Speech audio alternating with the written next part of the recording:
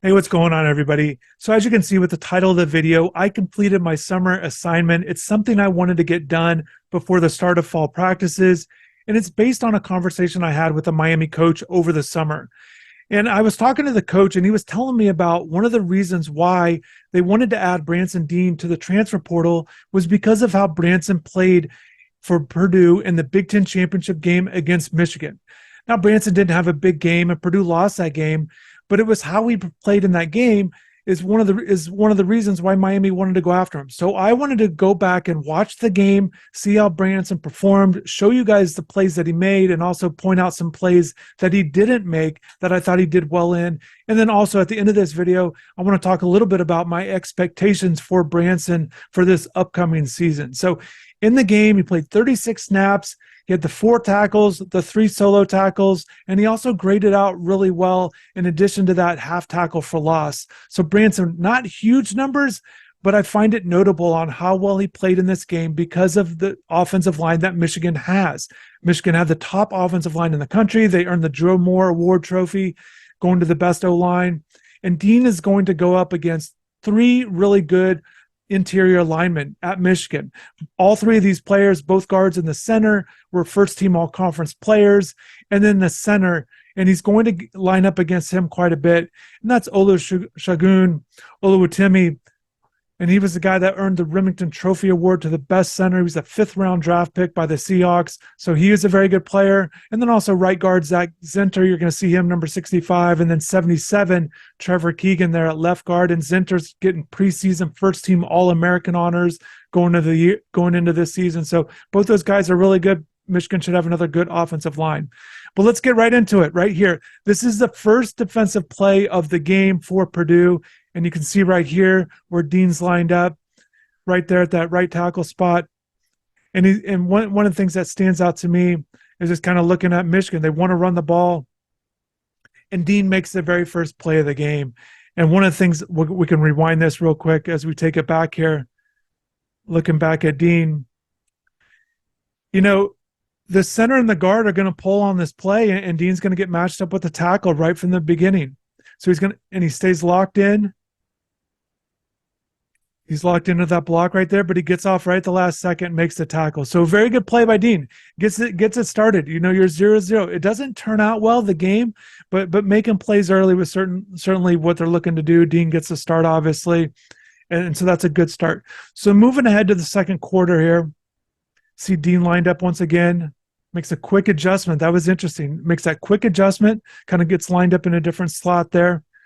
And again, Michigan's going heavy offensive line. They want to run the ball, and Deen's right in here.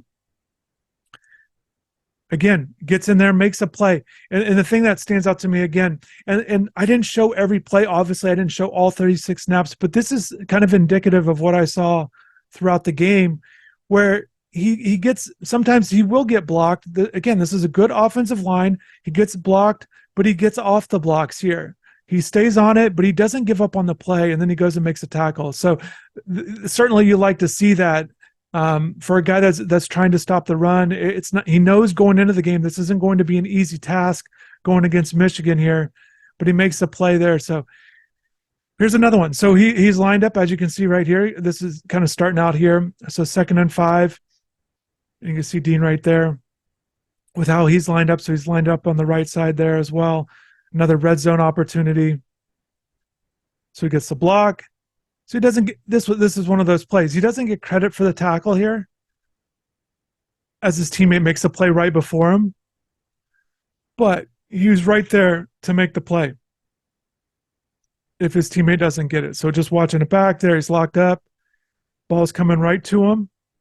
So 7 makes the play, but Deen's right there, 58, as you can see. So he's right there.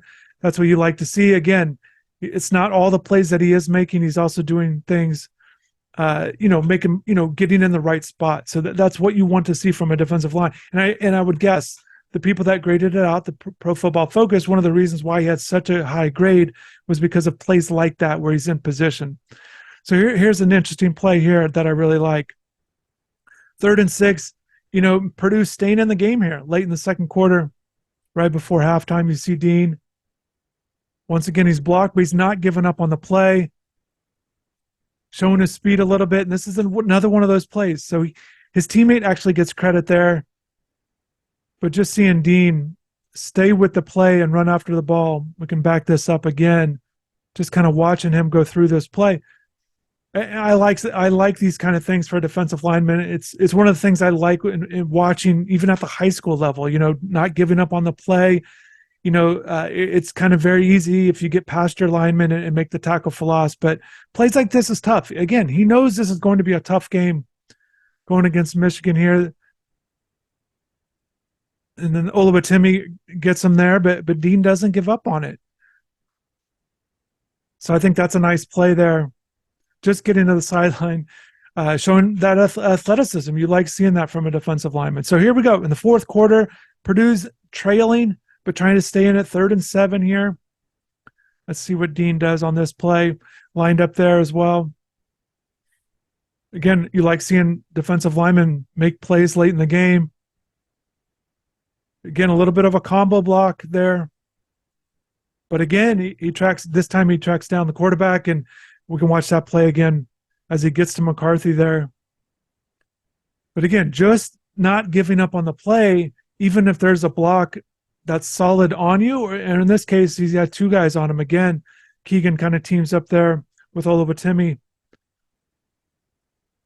Watch it back here. So he's going to go in, gets his hands, they kind of double team, and then he gets free. And he doesn't give up on the play. That's impressive. You like to see that effort. I think that can resonate with your teammates. And again, Purdue, had a very good season. To get to the championship game of the conference certainly bodes well for the program and what they're trying to do. And then obviously Deen elects to move on. So here we go. Another play here in the fourth quarter. Trying to stay in the game, trying to keep it close. This was a really good play. Deen obviously makes a nice tackle there. Let's back that up a little bit. Once again, focusing on Deen pre-snap, looking at the line, the amount of linemen Michigan has. It just is really impressive to make this play. Well, I keep saying it, but the quality of opponent, I think, makes a big difference. And if I were to go more in detail with that coach about it, I would assume that's one of the main reasons, was not just because it was a big game, but the quality of opponent. And certainly Michigan, deserves all the respect that it got last year with its offensive line play. So let's look at it here. So Deen's lined up here. He just does a great job of getting through. That's Zach Zinter that he beat right there. That's 65, preseason first-team All-American right there in a huge game. They're going to do a replay here. Let's watch a different angle. So as you can see, so they kind of line up 3. And they got a standing D end. And Deen's right there, lined up right on the right guard. He just makes a really good play. Let's watch it and go slow here. So as you can see, just uses quickness, gets in there, makes the tackle. I'm going to rewind that back again. That's a great point of view to watch it from. And this is what I saw throughout the game. Again, a guy that really just kind of battles and competes even against good players. And he does have that ability there, gets through and makes a nice play, makes a big play there. So let's take a little bit of a look back from the spring, some drills that he participated in. And I think with him kind of throughout the spring, he didn't necessarily create a big name for himself over the spring. And I think he missed out on an opportunity to do so because he didn't participate in the spring game. Was held out with a little bit of an injury, nothing big. But I think, going through the drills, it was good to see. But it's not always easy for the reporters to see the defensive line, the offensive line. We did get one day to go down there and get up close. But I think it's a little tougher seeing them. You don't always get to see the one-on-one matchups. So I think he kind of had a little bit of a quiet spring. But I think based on who's coming back with the Hurricanes, with what they lost in Darrell Jackson going to Florida State, and what they have coming back, and Leonard Taylor should have a good season, I do expect Branson Deen to assume one of those starting roles, assume that starting role alongside Leonard Taylor. I think Branson has the experience. I think he has shown that he's capable of making good plays. He has been a productive player at Purdue. Didn't put up huge numbers at Purdue last season. But again, He performs well. He is going to grade out well. He knows how to perform against good players, good teams like Michigan. He played on a good defense there, a solid defense that got to the big championship team at Purdue. And I expect him to win the job, coming out of fall camp. We will see how it goes. Miami does have other guys. They had another transfer in, and Thomas Gore from Georgia State graded out really well last year. I just think Branson's a little bit better of a player. Jared Harrison-Hunt is back.